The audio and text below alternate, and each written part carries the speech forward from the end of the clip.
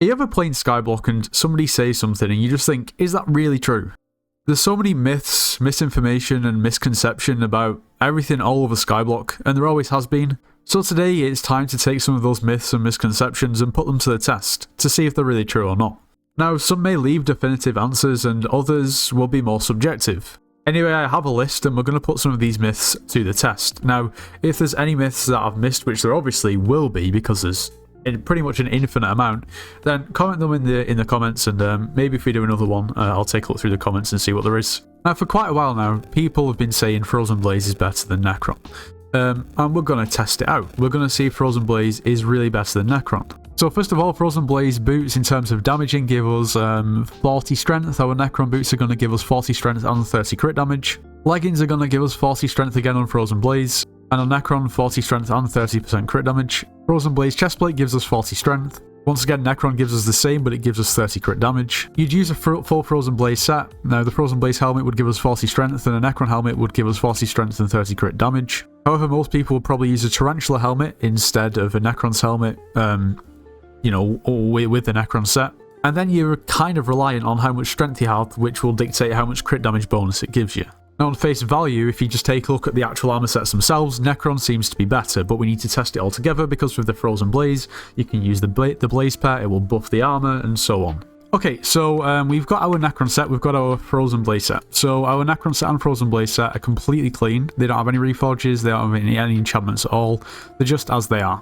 So damage testing with the Tiger, 341k, 342k. Now, we are flexible with the pet that we can use with Necron armor because there's not really any pet that complements it so much as to a point where it buffs it.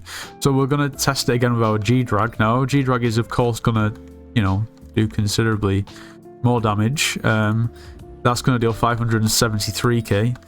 But I think more of a realistic damaging figure is 342, considering a Tiger pet is more considerable and more comparable to what we'll be using with the Frozen Blaze. So we'll equip the Frozen Blaze, and we'll also equip our level 100 legendary Blaze pet. The Blaze pet is actually a pretty interesting pet, and it's really quite expensive at the moment. It increases most stats by 10% while on the Crimson Isles, so we're also going to test on the Crimson Isles as well. It upgrades the Blaze armor stats and ability by 40%, which is massive. And also it doubles the effect of Hot Potato Bucks, which we're not using, because we're not using Hot Potato Bucks on either, but it's not going to affect our damage regardless. So here we go, Frozen Blaze, 351k. So 351k is, of course, already more than our Necron armor with a Tiger pet. We're going to go to the Crimson Isles real quick and test again. Okay, so we're going to test on the Mushroom Cows. Our damage with Necron and a Tiger pet.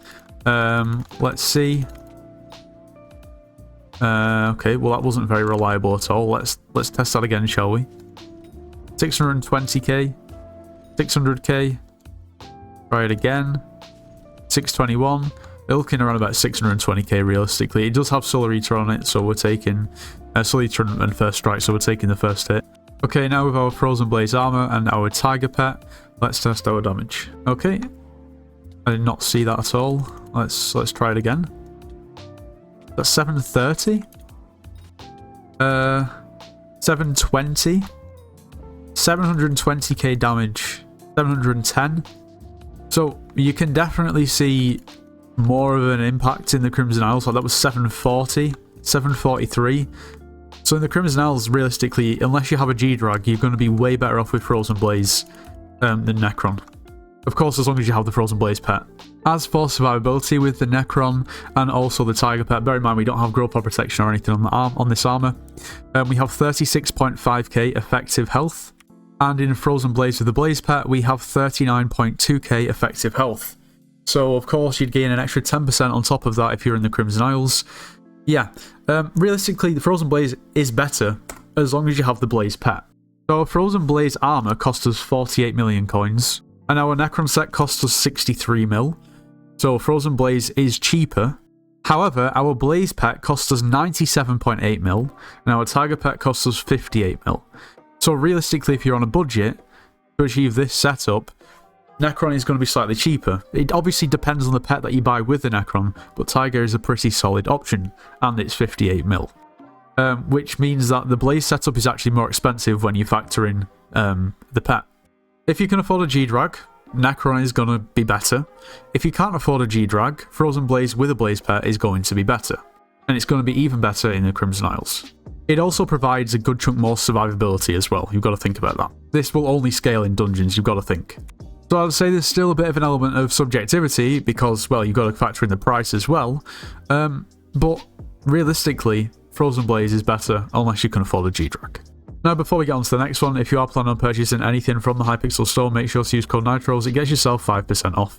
You should subscribe to the channel. If you watch the videos and you haven't subscribed, please make sure to do so.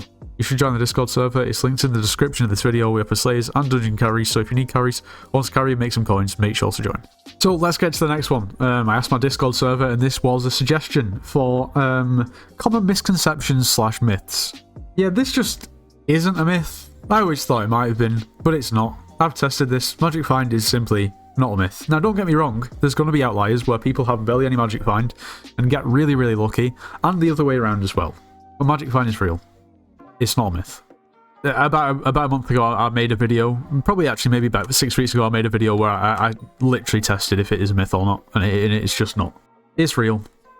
It is. Skyblock players have higher than 20 IQ. Now, at first I was going to just go into a lobby and ask some pretty obvious questions to see if people could answer them, and then I could determine if they have more than 20 IQ or not. However, what I think is appropriate here, I'm a Skyblock player, why don't I just do an IQ test and we can put to the test?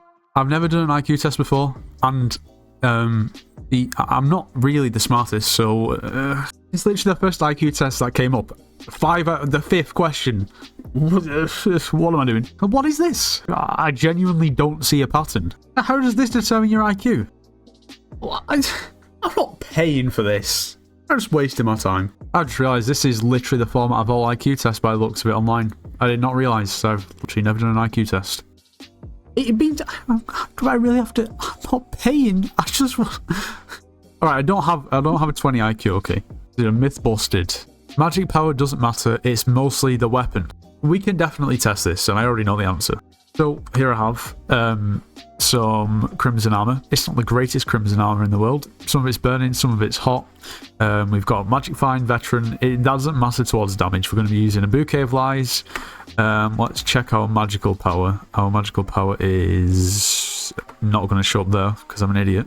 Our magical power is 1366, all unhurtful, meaning that we have 1800 strength and 1600 crit damage. What this means is to regular zombies, the damage that we deal, well, we're going to have to try that again considering we really didn't see. The damage that we deal is 720k, give or take. Now, a lot of newer players don't know the importance of magical power. What I'm going to do is take a load of accessories out of my accessory bag, put them in my inventory so the magical power doesn't affect me. We're going to have substantially less magical power, and we're going to see how much of a difference that makes in terms of damage. And I guess some people will probably be surprised. Okay, so I now have basically a full inventory of accessories that I've taken out of my accessory bag. And we now have 850 magical power. Right, and we're going to use the exact same setup. We still have a Bill in the bank, we still have a G-Drag, we still have this Crimson Armor, we still have a Bouquet of Lies. We still have exactly the same setup. But now instead of 720k damage, we only deal 570k damage. This is the same setup, it's the same gear. The only difference is the magical power. So for those people who are saying, oh, it's my gear, that's bad. If you have low magical power and you're not dealing a lot of damage and you think it's your gear, you think it's your armor, you think it's your weapon, you think it's your pet. Think again, because it's probably actually your magical power. So the myth that magical power doesn't matter is completely and utterly busted. Equipped pets count towards offline time calculations for minions. So for instance, something like a level 100 legendary rabbit. Efficient farming means that farming minions work 30% faster while on your island. So I don't know how many people are thinking that this would work when you're offline, but obviously it's not the case, because every time there's a stat that dictates farming or certain minions will work faster, it will always say while on your island. It makes no sense for them to work while you're offline because you're simply offline. Jerry is an undercover FBI agent. Well, Jerry is currently the mayor in Skyblock, so this seems pretty prevalent to talk about. Let's investigate. Activates all perks of another mayor every 18 Skyblock days or 6 hours. Increases most stats by 10%. Reveal hidden Jerrys from logging, farming, mining and killing mobs. Now I wonder if Jerry shares any common similarities with FBI agents. Common FBI agent traits: leadership, critical thinking, adaptability, self-discipline. Not really giving me too much. let's cut to the chase. I asked ChatGPT if the Skyblock mate Jerry is an undercover FBI agent. In the world of Skyblock, Jerry is more of a quirky character than a serious figure. The idea of him being an undercover FBI agent is a funny fan theory, but there's no real evidence in the game to support it. He's known for lightheartedness and odd antics rather than secret agent skills.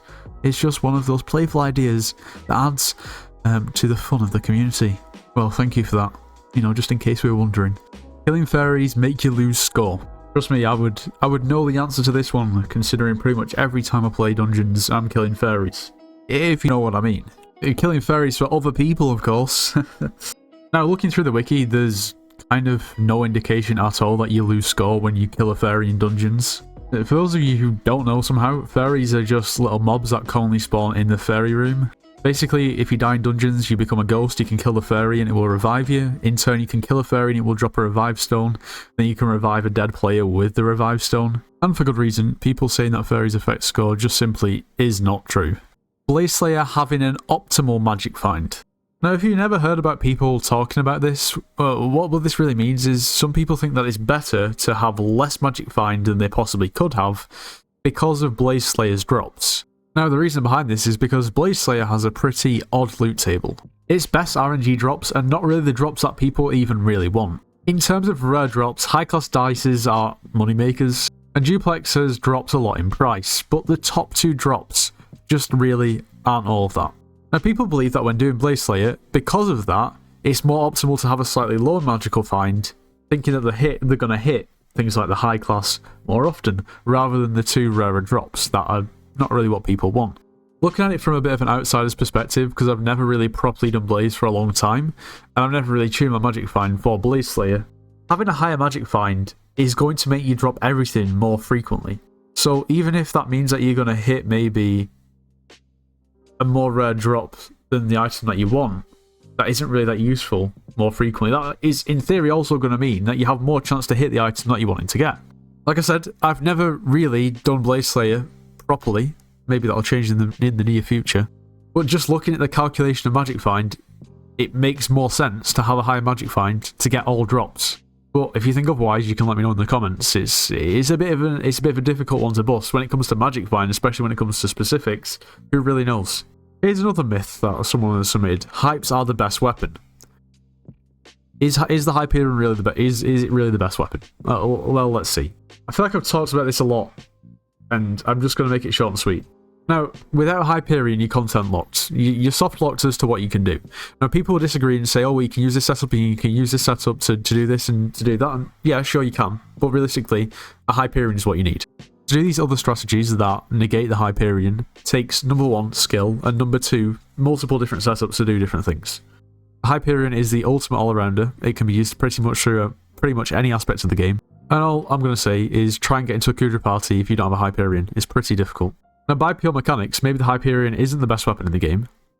However, just because of the amount of activities that you can't do without it, it kind of becomes a necessity. You can make your own decision. But anyway, that's going to be the end of today's video. Like I said, if you have any myths or misconceptions, leave them in the comments. If you enjoyed today's video, make sure to leave a like, subscribe if you're new, and I'll see you in the next one.